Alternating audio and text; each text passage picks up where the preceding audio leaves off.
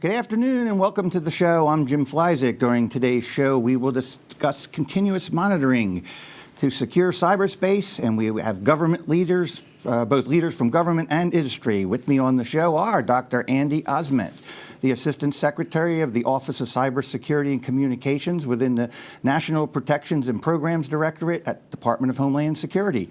Rod Turk, the Associate Chief Information Officer for Cybersecurity, Department of Energy. Jeff Eisensmith, the Chief Information Security Officer at the Department of Homeland Security. Tom Conway, the Director of Federal Business Development at FireEye. Herb VanHook, the Vice President and Deputy Chief Technology Officer at BMC Software. And Ralph Kahn, the Vice President of Federal at Tanium. Let's talk about it. Continuous monitoring certainly has been a major topic, as has cybersecurity in general. I mean, it's just pick up the newspaper any day. So let's talk a little bit about some progress, where we see progress being made. Let's start with Dr. Ozment. Doctor, where do you see progress being made in the continuous monitoring area? Well, first, let me tell you about DHS's Continuous Diagnostics and Mitigation Program, or CDM. You're going to hear the CDM acronym a lot from me, Continuous Diagnostics and Mitigation.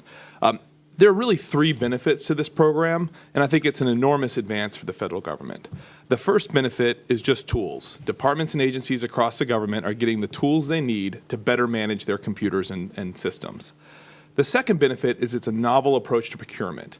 Rather than every department and agency going out, buying their own tools, figuring out how to do things independently, maybe even different parts of the department doing things, we're doing this government-wide. So DHS is buying all of the tools and services for all departments and agencies and then helping them roll it out. So we get massive efficiencies from that, plus a single approach. And then the third benefit is, why are we doing this in the first place? Tools that help you manage your IT is great, but the overall goal here is to measure and manage risk. The idea behind these tools is we tie them together into integrated dashboards, and suddenly you can measure what was previously not very effectively measurable. Right now, we're doing our measurement through data calls, Excel spreadsheets, where you send it to the far reaches of the organization, somebody licks their thumb, holds it up to the wind, writes down their best guess, and then we add them all up, and we believe that they mean something. I'd like to get away from that. And this program will take us to a point where the computers do the counting and the measuring. It's automatically rolled up into a dashboard, and we can use that to change behavior and get these systems secure. Fantastic. Sounds great. Yeah, we have heard a little bit. In fact, we were talking to my partner here about this show. We were talking, do we say continuous monitoring or do we talk about continuous diagnostics and mitigation? Because I understand the DHS program is, focused on that. But Jeff Eisensmith, I guess Dr. Ozment, in my mind, is thinking government-wide, but when we think DHS, you're the man that has the responsibility over that tremendous amount of infrastructure. Can you tell us about some of the progress you're making in the CDM world? Sure. So let me just start off by saying everything he said I completely agree with, right? Dead on. So my role is basically twofold. One role is that I am a cheerleader for everything that's happening there. CDM is a program that's time has come. And so the big challenge I have is, how do I do this in an organization as diverse and as large as DHS? So one of the things that we have done, partnering up with Andy's group, is we will go ahead and deploy early, gather some scar tissue, and help polish everything up so that as the other Ds and As come online, it's an easier task for them to do. But to reiterate, for us, it's all about the ops tempo, right? The ops tempo before was rather slow, and now we have to get to a point where we're a lot more nimble, a lot more agile, and CDM is going to bring that to us. The CDM dashboard is going to be amazing for us. Just the ability for us to be able to have an information systems security officer walk in the morning, he or she will look at that dashboard and go, I know these 5 things I have to prosecute today to goodness. Right. That's going to take us a long way. Right. Very good. Yeah, and I think it does make a whole lot of sense, since the program is being run by DHS, that DHS itself is going to be a lead agency in getting the implementation and learning the lessons learned. Yeah, Dr. Ozment. I just want to jump in and say, from the perspective of this government-wide program, we would not be able to succeed if we didn't have such a good partner within DHS to help us test things. Because as you guys know, when you're deploying technology, it always looks great on paper. Sure. There are always challenges you don't expect. And we are incredibly fortunate to have a great partner inside DHS to, as Jeff said, collect some of that scar tissue. Yeah, absolutely. And Jeff, I also like your point about, you need to be agile and fast and whatever, because as we're seeing out there in the cybersecurity world, things happen awfully quick. Tom Conway over FireEye, how are you positioning to play in this CDM world and serve and help your customers? Yeah, CDM's come a long way. Genesis of it was originally in 2009. People don't realize that, but in the last several years, there's been a lot of momentum built up inside the program. For example, there's contracts awarded for Phase 1 to 17 different primes now. Right. There's task orders awarded under Phase 1 to actually deploy the technology in certain agencies. Under contract now, the technical baseline for the dashboards has been established, both at the agency level as well as the governmental level as well. So they've also begun looking at future phases, Phase 2 technology, leap ahead technology, and Phase 3. So I've really been struck by the progress in the last few years, because we know technology moves fast, acquisition doesn't necessarily do so, so they've been able to get a lot done in the last 2 or 3 years. Well, I like Andy's comment of having those 17 BPAs in place already so you can move quickly with the acquisition piece. That's a big difference in getting things done. Rod Turk over at Department of Energy, how are you positioning in the CDM world? What are some of the progress you see being made at an agency level? So, Jim, I have experience in the CDM realm from a couple of different agencies. I started out at the Department of Commerce a couple of years ago, and now at the Department of Energy as the CISO in both Commerce and Energy. And I have been a very eager proponent and loud proponent, if you will, of the CDM program and what has been going on in CDM. I think it's a fantastic program. At the Department of Commerce, we benefited greatly from tools that were provided to us by DHS to round out the Department of Commerce program. And right now, as I put in place before I left the CDM program, all of the Department of Commerce now has the tools that it needs to participate in the CDM program in a big way. And we're doing the same types of things at the Department of Energy. Just yesterday, we had the kickoff meeting for the Task Order 2 portion of CDM with DHS. And I am very excited about what DHS is going to bring to the table for the department in terms of tools, but not only tools, bringing the expertise and the technical expertise to make those tools hum. And what I'm looking forward to as a CISO at a major department is a machine-to-machine transfer of information at machine-to-machine speed. Right. Because we all know that the bad guys are out there, and they don't wait. Right. They don't wait for us to find them and then laugh when we get them. They're out there trying to steal things from us on a real-time basis. Absolutely. So every moment that goes by that we don't find them and do something about it is a moment that we're potentially losing information. Right, you're exactly, and I've said this on several other shows, we're approaching a world where decision-making is time equals zero. I mean, your decisions have to be made instantaneously. Exactly. To be. And I really think, too, the model of government-wide with DHS in the lead, there are certain technologies where each agency has their own unique thing to your own, but when you're talking security, you really need to have some standardization and some level setting and harmonization because it's going to be the weakest link. And if all government's going to be tied together, the bad guys will find that weak link if it's there. Absolutely. Ralph Kahn at Tanium, tell us a little bit about how Tanium is playing in this area and progress you see being made in working with your customer base.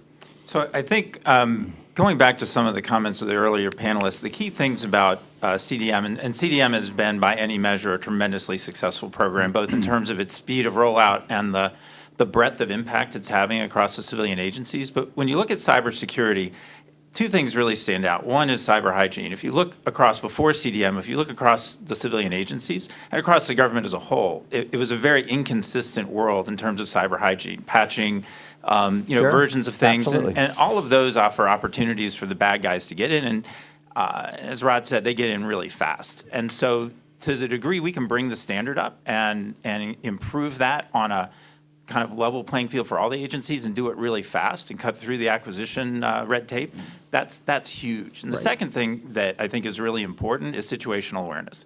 You talk about the dashboards. Well, one of the things that most agencies have really, really struggled with is do I have good information? Am I getting it in a timely basis? What information should I be looking at, right? What is critical to me? And one of the things that's great about DHS doing it is DHS has been studying that problem longer than almost anybody else. They've got a lot of core experience.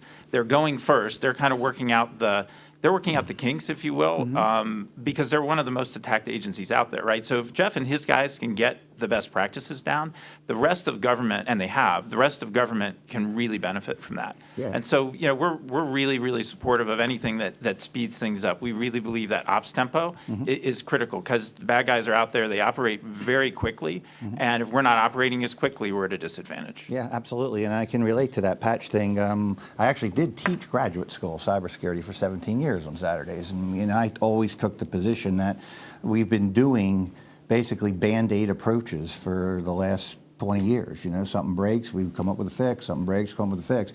With some of these programs now, as we step back, I think there's an opportunity to look at a holistic approach. I think things like cloud and security services and standardization and government-wide, a chance to step back and look at this thing from a bigger picture and really put in place things and get rid of some of those Band-Aids that have been used over all those years.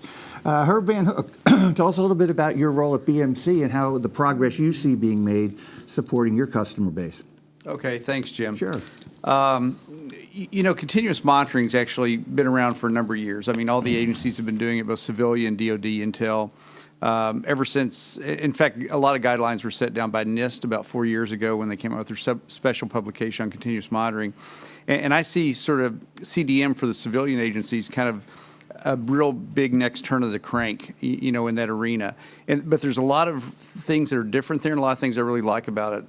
I just think it's terrific that they're focusing on integration and automation in a big way there. And they're also focusing on the mitigation side of the equation a lot. A tremendous amount of the discussion around continuous monitoring in the past has been very much around visibility and what's our current posture and, right. and are we compliant, things like that, as opposed to, the back end of that equation and taking actions to, close the holes, close the gaps in a more timely manner. Right. So I really like the CDM program. I really like the not just the technology aspect of it, but the advice and the help that comes out of DHS on it. Yeah, absolutely. And I like the idea you're talking about the integration and so forth. I mean, these folks can't say it, but I can. It's less of the FISMA paperwork stuff and more the actual doing part is, really making progress. And that's what I think we're seeing here. Let's talk about a specific program where you think CDM is making a difference. Let's start with Jeff. Jeff, is there a program you could point to at DHS where you think CDM is making a difference? Sure. So let me just start off with the BPA, right? Okay. The BPA that CDM brings to the table, and Andy spoke about this earlier. There's a big kabuki dance that has to be done any time you're going to do any type of federal procurement. It can be the tallest pole in that tent. Right. And so CDM, just by doing all that work in partnership with FedSim from GSA, has really made the job so much easier for the federal government to be able to one, choose, because CDM brings to the table proven, vetted, solid products, and the on-ramps to purchase are phenomenal. The bulk rate buying discounts are great. The O&M tail is going through the floor, and the out-year costs are only going to get better. Right. Right. So I always say, there are no good outcomes for lone zebras out there on the Serengeti Desert. Right. And you think back about it, that's how the government was buying. We were individuals out there getting picked off one by one by one. So for the first time, the government is taking advantage of that enterprise power. That in itself is a humongous win for us. Sure. Absolutely, absolutely. And I imagine you get bombarded, though, by companies. I assume you have processes in place as to how people's tools can make it into the program, that kind of thing. Dr. Ozment, I guess maybe that's a better question for you. Absolutely. So first, if folks want to get involved in the program, they can check out the resources we have online at FedSim. CDM is multiple phases. The first phase, what we're focused on right now, is tools and services to know what's on your network, know how it's configured, and know whether it's vulnerable. Okay. That's a critical baseline of knowledge that all departments and agencies need to have. The second phase is going to look at user privilege and user account management. Okay. So we see a lot. U.S. CERT and the NKIC are also a part of my organization. We deploy to a lot of incidents, and we see a lot that the bad guys get in from an unpatched vulnerability, a phishing email, you name it, and then they move laterally and take over a regular account. So phase 2 is really going to help us manage that part of the security equation. Phase 3 is going to look more to event management. Understanding what's going on, taking all the data that we're generating and being able to take more advantage of it. And then, I look forward to the future. There will be a phase 4. We'll keep building on this, tackling the problems as they come. I do want to take a moment and actually just straight up brag for my organization. And it happened before I came on board for the most part, so it's not a personal brag, I promise. But in January 2014, we did this first purchase that Jeff just talked about. It was the quickest move from BPA issue to award in FedSim history. It was the largest commodity buy against that particular GSA schedule to date. And we spent about $60 million and saved $26 million. Wow. So enormous, it was fast, it was cheap, and it saved the government a lot of money, plus it gave departments and agencies capabilities we needed. And that was the sort of quick hit. That was for departments and agencies that were mature and just needed some tool licenses. Now we're moving into the more holistic program where we have the dashboard combined with tools, combined with services, and we're going to have covered 99% of the government by the end of the fiscal year, so October 2015. Wow, that is a great story, and it's. I'm glad you're telling it because, when we read the trade journals, we hear about the procurements that take forever and they're protested forever and they're delayed and they're canceled and whatever, but we rarely hear these stories of things that are just going very, very well. Rod Turk, what do you think in terms of a specific program that you think CDM will make a difference for or is making a difference for at Energy? Well, I think both at Energy and Commerce, both of them are in fact benefiting greatly from the CDM program. I think there's two aspects of that are particularly important.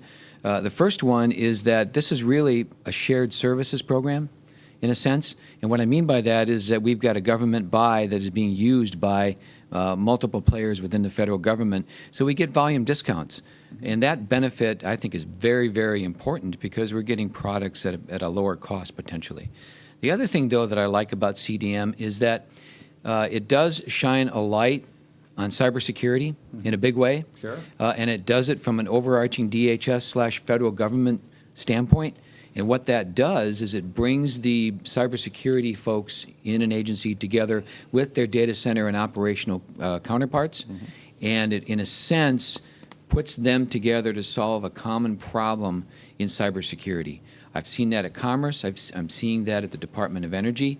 And I think that's a wonderful thing. I think as we raise the level of cybersecurity awareness, I think that's something that we all will benefit from as we secure our systems. Yeah, and I think it's come, the awareness has come a long, long way. I mean, for years and years, it was tough. I mean, boards of directors and CEOs in the private sector were worried about the stock prices and generating revenue and reducing cost. And when we introduced cybersecurity, that didn't contribute to any of those things directly. Although I would argue now that if you are not taking these issues seriously, you're not going to be seen as a quality organization, and that in turn will impact the bottom line. And I think things, and then the awareness issue. I mean, we have the president talking about it in State of the Union addresses. We have the president talking about it on visits overseas with other world leaders. So I mean, the issue clearly has been, in my opinion, has been elevated as much as I've ever seen in my career. I want to hear from our industry counterparts on the same issue about some specific programs, but first we're going to take a short break. You're listening to the Federal Executive Forum on Federal News Radio, 1500 AM. Welcome back to the Federal Executive Forum on Federal News Radio, 1500 AM. I'm Jim Flyzik here with Dr. Andy Ozment from Homeland Security, Rod Turk from Energy, Jeff Eisensmith from Homeland Security, Tom Conway from FireEye, Herb VanHook from BMC Software, and Ralph Kahn from Tanium. We're talking continuous diagnostic monitoring. When we went to break, we had heard from our government guest about some specific programs they thought would benefit from these programs. Let's hear from our industry guest. Herb VanHook, let's start with you over at BMC. What can you sort of identify a specific program you think that's going to benefit greatly from this? Well, you know, I would echo kind of what the government folks said. It's been a terrific program. It's been very easy, actually, for vendors and service providers actually to get into the program. The initial award to the 17 major suppliers and systems integrators was very, very rapid. BMC, like a lot of the vendors, have a number of our products actually on the CDM catalog today. So we're part of that. The first task order went out about 16 months ago or so, and a lot of that was around discovery, as Andy said. A lot of it was really focused on that, just sort of finding out what you have and what the state of it is. We're now moving into a phase where it's more holistic, and really the results should start paying off. One of the things we've got to remember here, and this has come up a couple of times, is the folks that are attacking the government sites or attacking commercial sites. They're doing it very, very rapidly, and we've got to figure out a model to have a very rapid response to that. In fact, there's a number of security studies that came out over the last 6 months. When a CVE, when a vulnerability or exposure appears on the U.S. CERT CVE database, it's about 7.5 days now before the exploit shows up. It's really, really fast. Unfortunately, a lot of our processes are fairly slow in organizations in being able to address those vulnerabilities and close them and stuff. The average actually time to take to close a vulnerability is about 193 days. Wow. And just because there's a lot of sort of, there's not good automation, there's a lot of sort of sands in the gearbox there in terms of processes. So focusing on that, I think, is going to be really, really big in the next phase of CDM rollout, and I'm very anxious to see some of those. You know, we've actually seen in some of our customers in their continuous monitoring programs where they have focused on trying to address things very, very rapidly. We've got a particular use case I know about that's not in one of the civilian agencies. It's actually over at Coast Guard in their data center over in Martinsville, West Virginia. They have they've been able to take any major vulnerability and address it across their whole estate in about 4 days now. Wow. And so they do that through an extensive amount of automation to address those. And of course, it's managed within their risk framework. Right. So there are some terrific use cases out there, and I think CDM is going to deliver a lot more. Oh, terrific. Well, so, you know, it's almost like you need a contingency plan now for if I do have an attack. Many companies, exactly. I think, when they first get attacked, they take too long because they're all, what do we do now? You know, and they're not sure of how to handle it. But, you know, if you get in place your contingency plan that says this is what we do. You know, Jim, that's a very, very good point. In fact, a lot of the studies, the recent studies have shown that if you actually have a structured incident response team, if you actually have disaster recovery or you know, continuous operations as part of the security response, it really closes your window and lowers the cost of the breach. I'm sure. Yeah. Tom Conway, what do you think? What's a specific program you think that will benefit from this? What strikes me most about CDM is how it's a catalyst for changing how federal IT operates in general. Heretofore, before, you'd have a bunch of independent, below the agency level bureaus operating pretty autonomously and not necessarily cohesively. So CDM has been reinforced by things like the CIO Council memo of 2 years ago and FITARA to basically give agency CISOs and CIOs the ammunition to really act as one agency as opposed to a federation of bureaus. And then once you've done that, you can actually work more closely with DHS and, again, move more quickly. If everything is non-cohesive, it means it's non-automated. Right. So you have to build cohesiveness organizationally before you can do it technologically. Then you can really take advantage and try to keep up with the threat, which is growing ever more rapid and widespread. Right. Excellent point.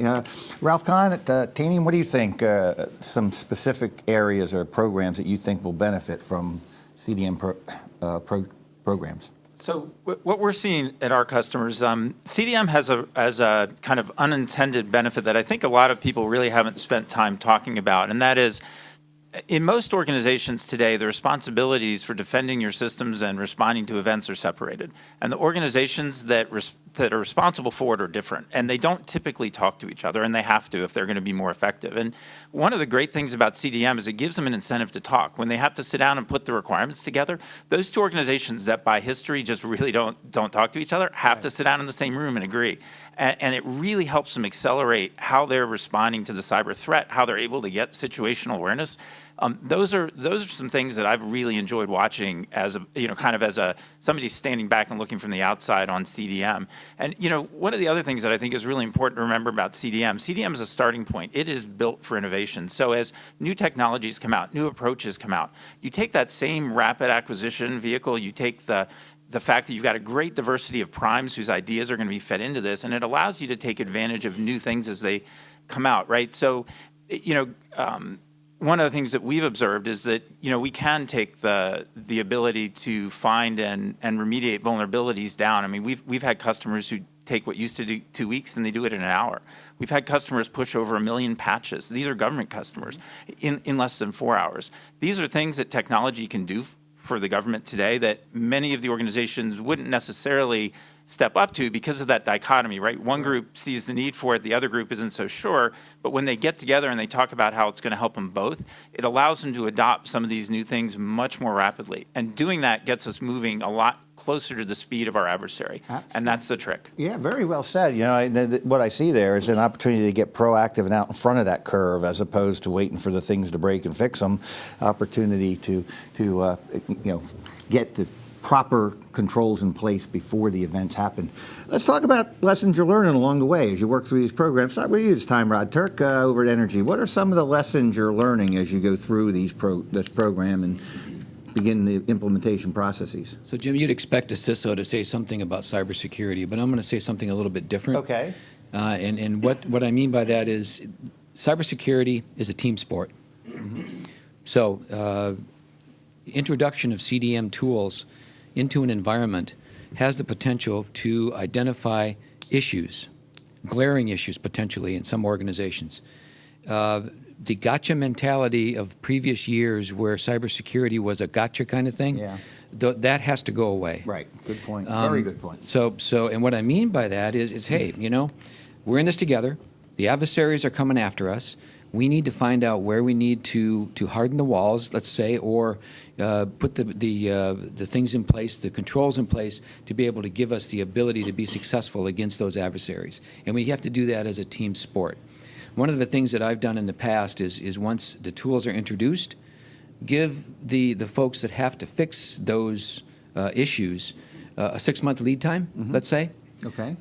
Before you start reporting those problems up to management. If you don't do that, you really fall into that gotcha mentality and you put people on the defense. Yeah. And when you do that, there's a resistance to putting the tools in place. Cool. So that's one of the things that I try to strive for is that time period where the folks who need to fix the problems have that ability to be able to address those. Yeah, my takeaway is gotcha, go away. Dr. Ozment, what do you think are some of the lessons you're learning? You're sort of the guy in the limelight here in this program. What some of the lessons learned as you're working your way through?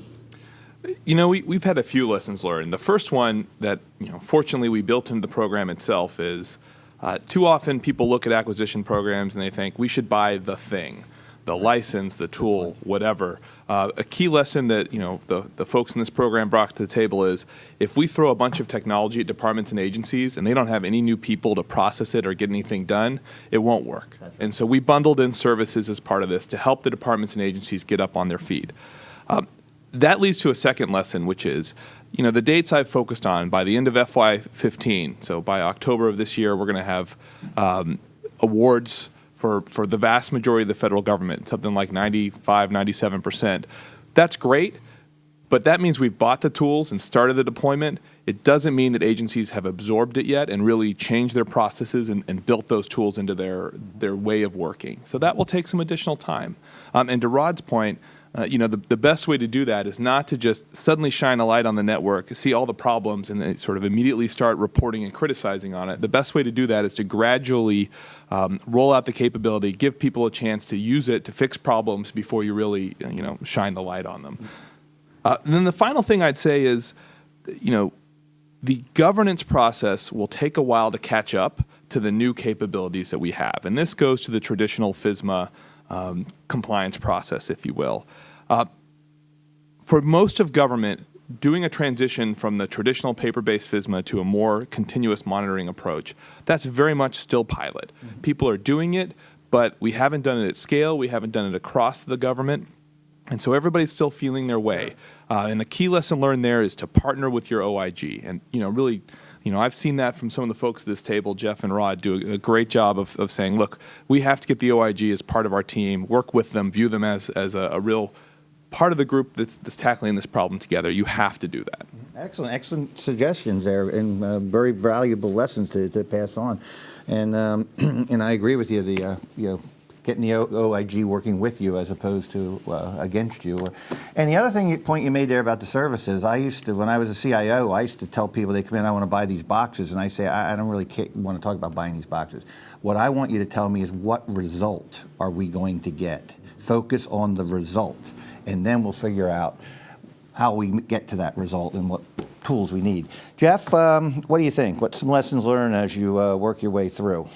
All right, so one of my passions in security was definitely the governance piece. Mm-hmm. And one of the things I absolutely hated and still dislike today is the concept of the three-ring binder. Yeah.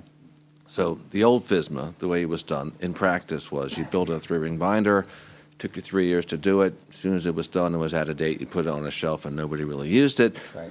Very unrewarding and unsatisfying, but yet you did it again and again and again. Right. So CDM is going to bring to the table the on-ramp for ongoing authorization.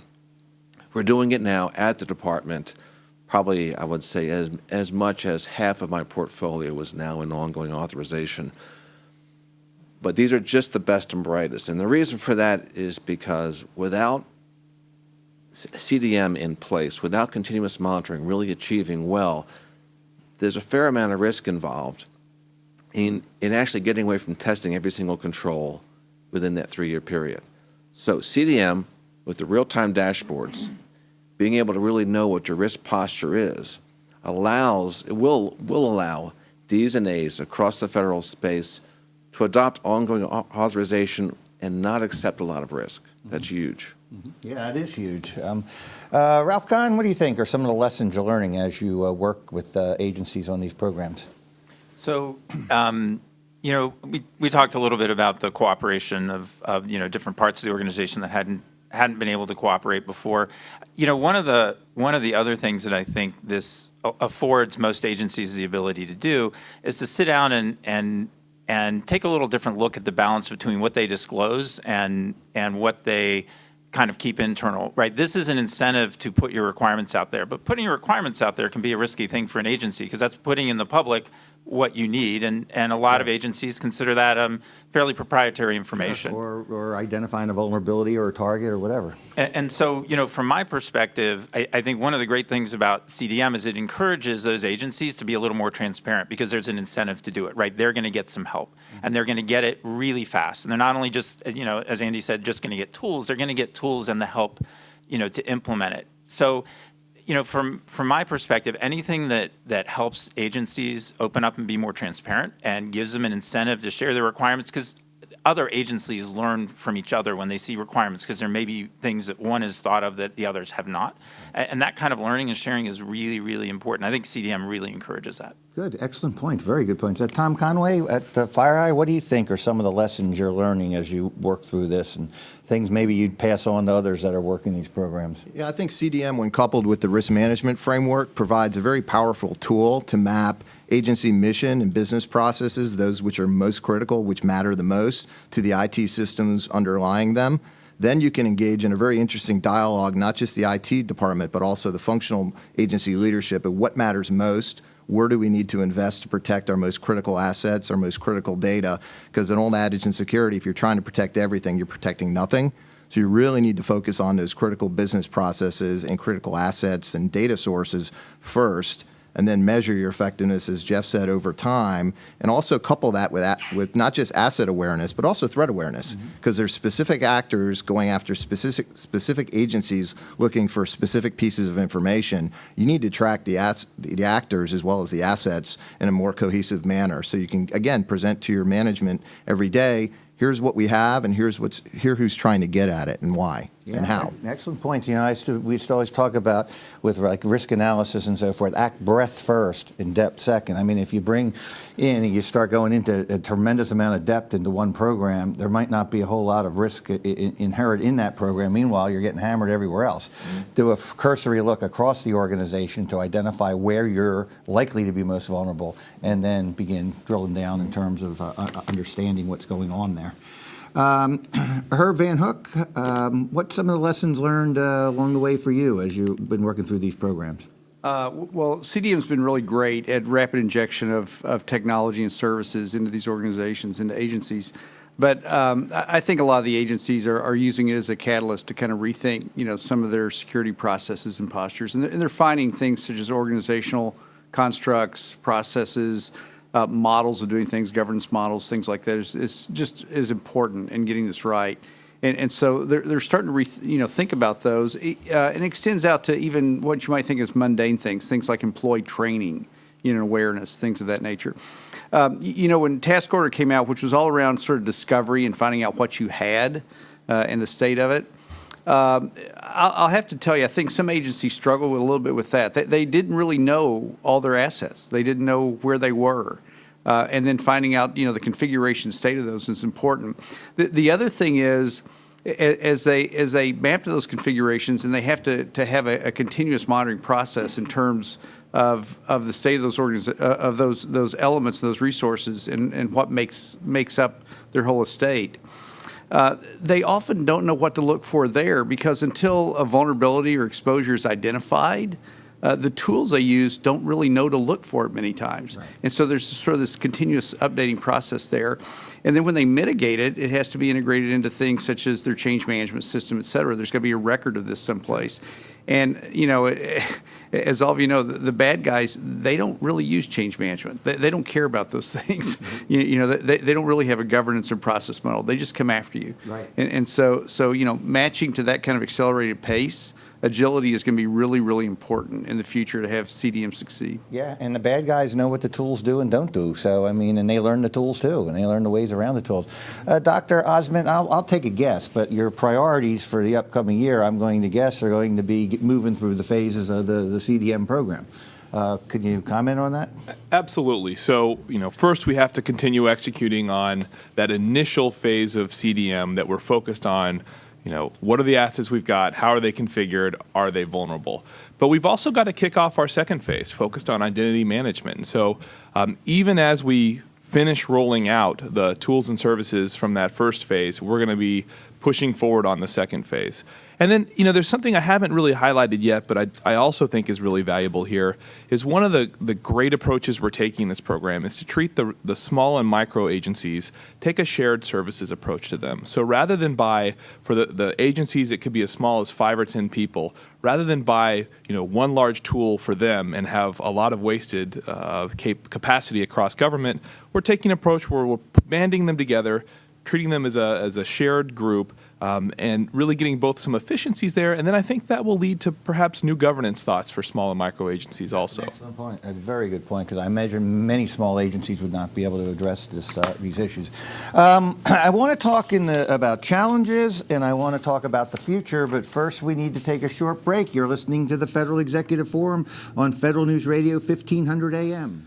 Welcome back to the Federal Executive Forum on Federal News Radio 1500 AM. I'm Jim Flyzik here with Dr. Andy Ozment from DHS, Rod Turk from Energy, Jeff Eisensmith from Homeland Security, Tom Conway from FireEye, Herb VanHook from BMC Software, and Ralph Kahn from Tanium. We're talking continuous diagnostics monitoring and throw a little mitigation in there in the process. And we've been talking about progress and programs and lessons learned. Let's talk about some of the challenges out there, some of the hard stuff, that still needs to be worked through, some of the things you need to. Let's start with Dr. Ozment. Andy, what are some of the major challenges you face day to day in getting to where you're trying to get with this program? Well, nobody will be surprised to hear that the government's approach to IT acquisition is a major challenge. Okay. We've been fortunate enough to be able to partner with FedSim, who's done a great job on our behalf in this particular acquisition. But it's not easy to buy IT at a fast pace in the government. Now, the good news is I think we're succeeding. I think we are, in fact, accomplishing an extraordinarily rapid acquisition in government terms. But I'll tell you, impatience is a real challenge. We keep getting asked, can we do it faster? Can we do it faster? We're going to keep looking to speed things up. I do think we're reaching a point where our ability to move fast is almost now more limited by departments' ability to absorb the new technology and give us the feedback to shape those requirements. Okay. But impatience is going to be a constant challenge for us. Yeah, and I've seen that in a number of things. I've seen some like really cool, innovative things in the private sector, and it's difficult introducing sometimes into the government just because the government doesn't have the resources to actually put on the program to learn how to use the innovative tool or the innovative technique and so forth. So that's been a challenge. Jeff, what do you think some of the challenges you're experiencing and some of the things you still need to work through in order to get where you want to go with your programs? All right, so I think one of the biggest challenges is going to be workforce. The existing workforce that we have that grew up under the model of the three-ring binder, right, has to really do a lot of spin up to live in a new world where they're going to have a dashboard in front of them. They're going to be an extension of the Security Operations Center. When incidents occur, it'll be every person on deck will have to know their role and be able to react in a way that gets us back online as quickly as possible. So as we all know, cyber is in the news every single day, and some of the attacks of late have been pretty hideous. And so the rest of the world's woken up to the fact that we need to have cyber almost in every single facet of our lives. And so that particular talent pool is getting pretty hard to pull from.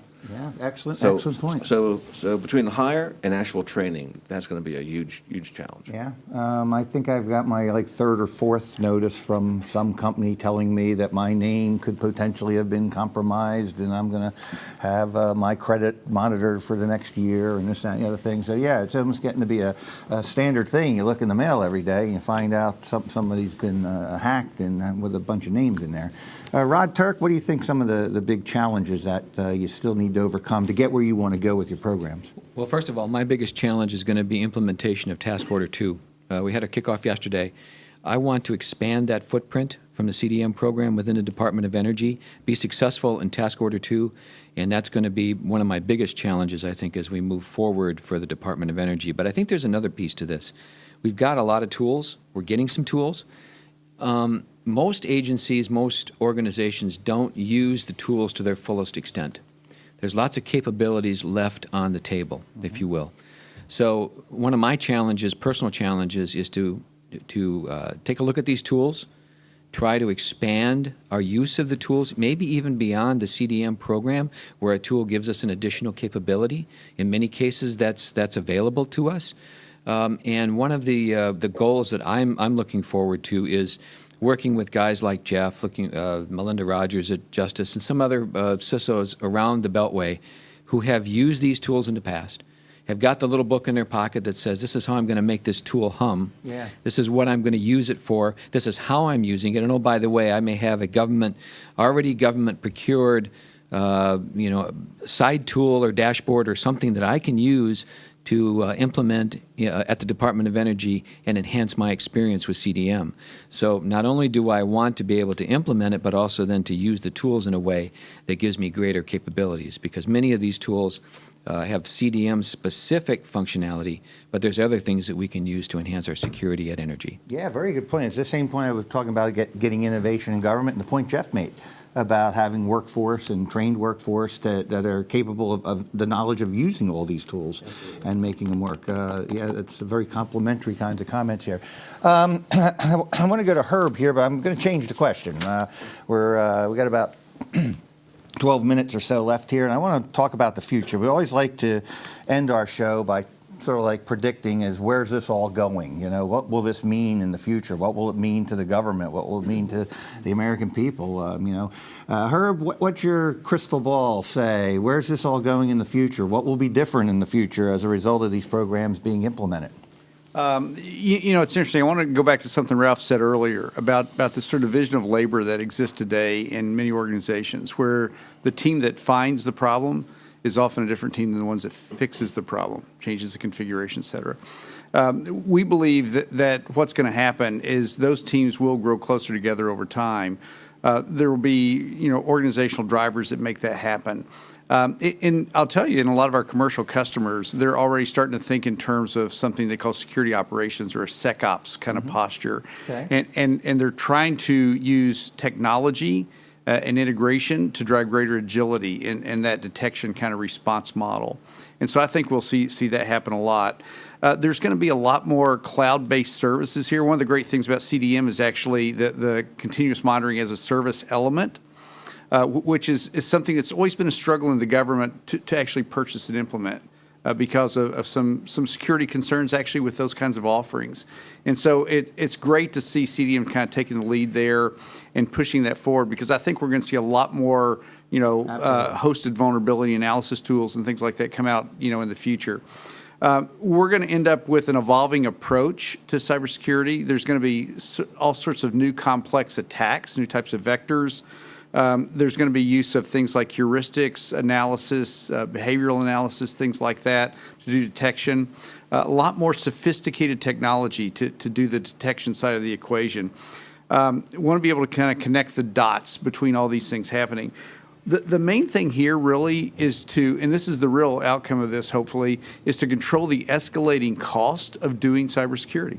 Right. It's really been on a growth tear, both in government and in civilian, and we've got to figure out a way to get that under control. I'll have to tell you, I met with a customer 2 days ago, a commercial customer, BMC.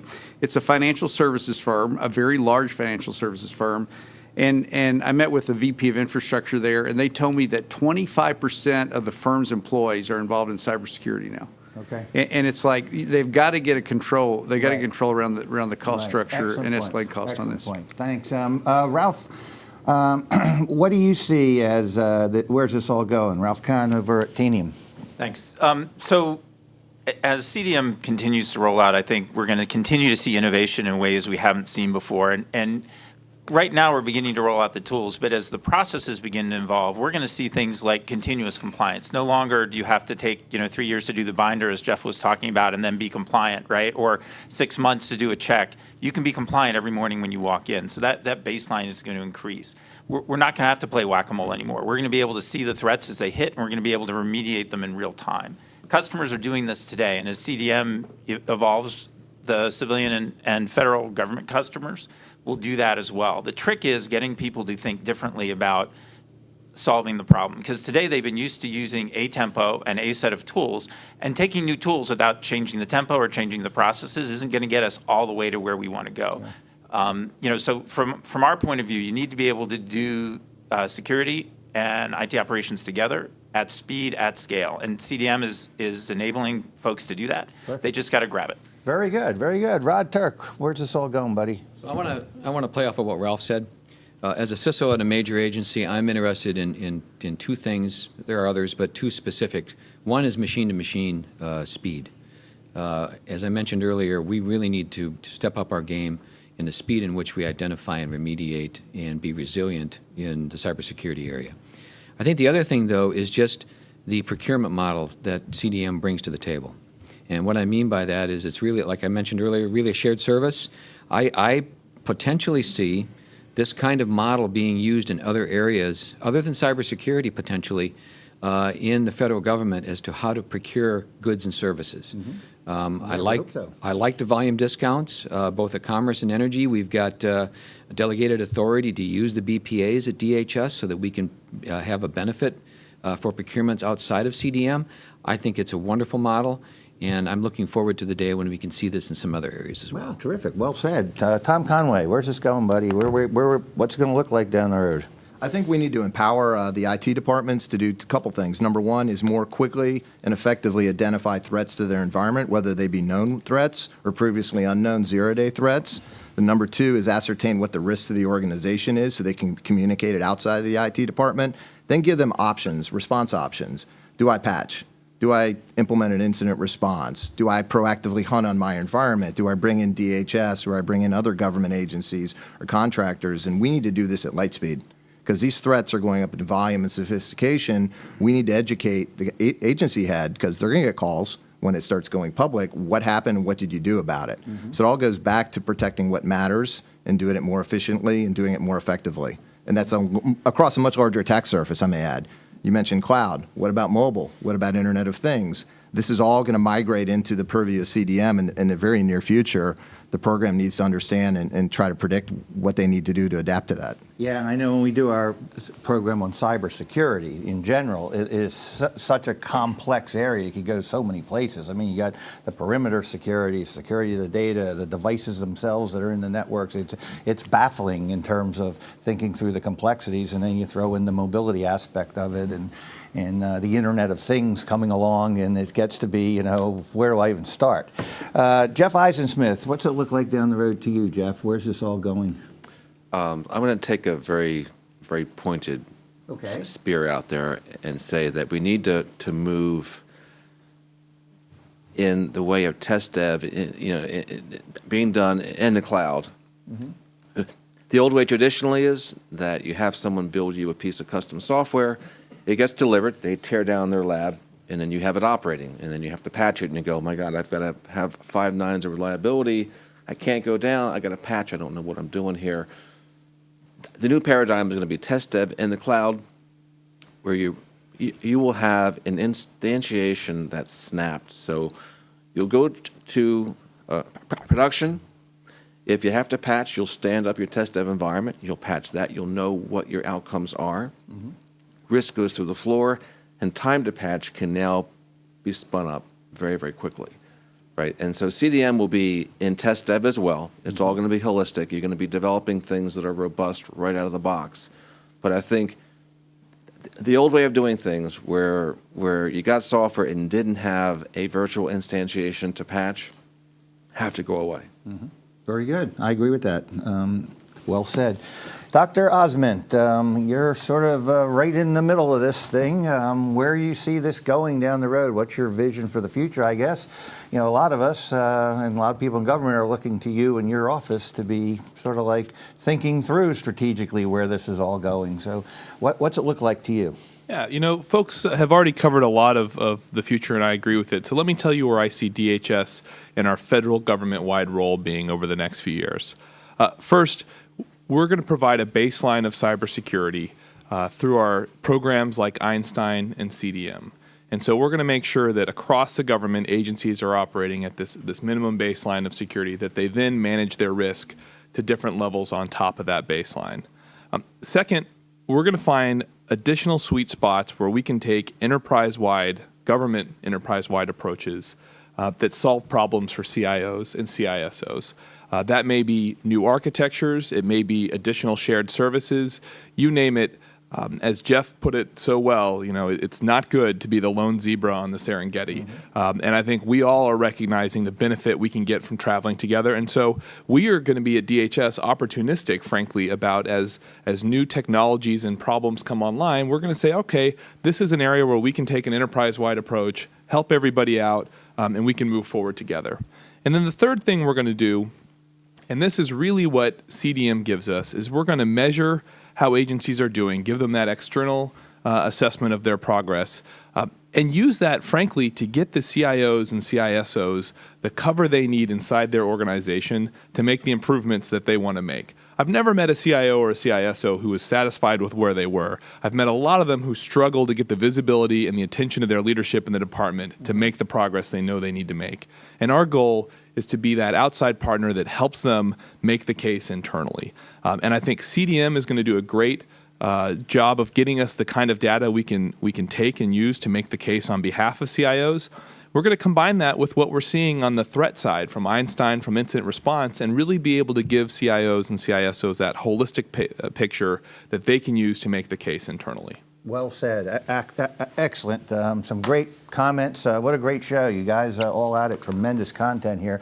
Let me try to do a little bit of summary here, as I always try. It's always a challenge for me. There's so much great content out there, but to kind of pick out some of the highlights. I think when we talk progress, one thing came through is CDM is providing the tools out there, getting the tools out across the agencies. It's put in place a procurement vehicle that's making it a lot easier to get those tools.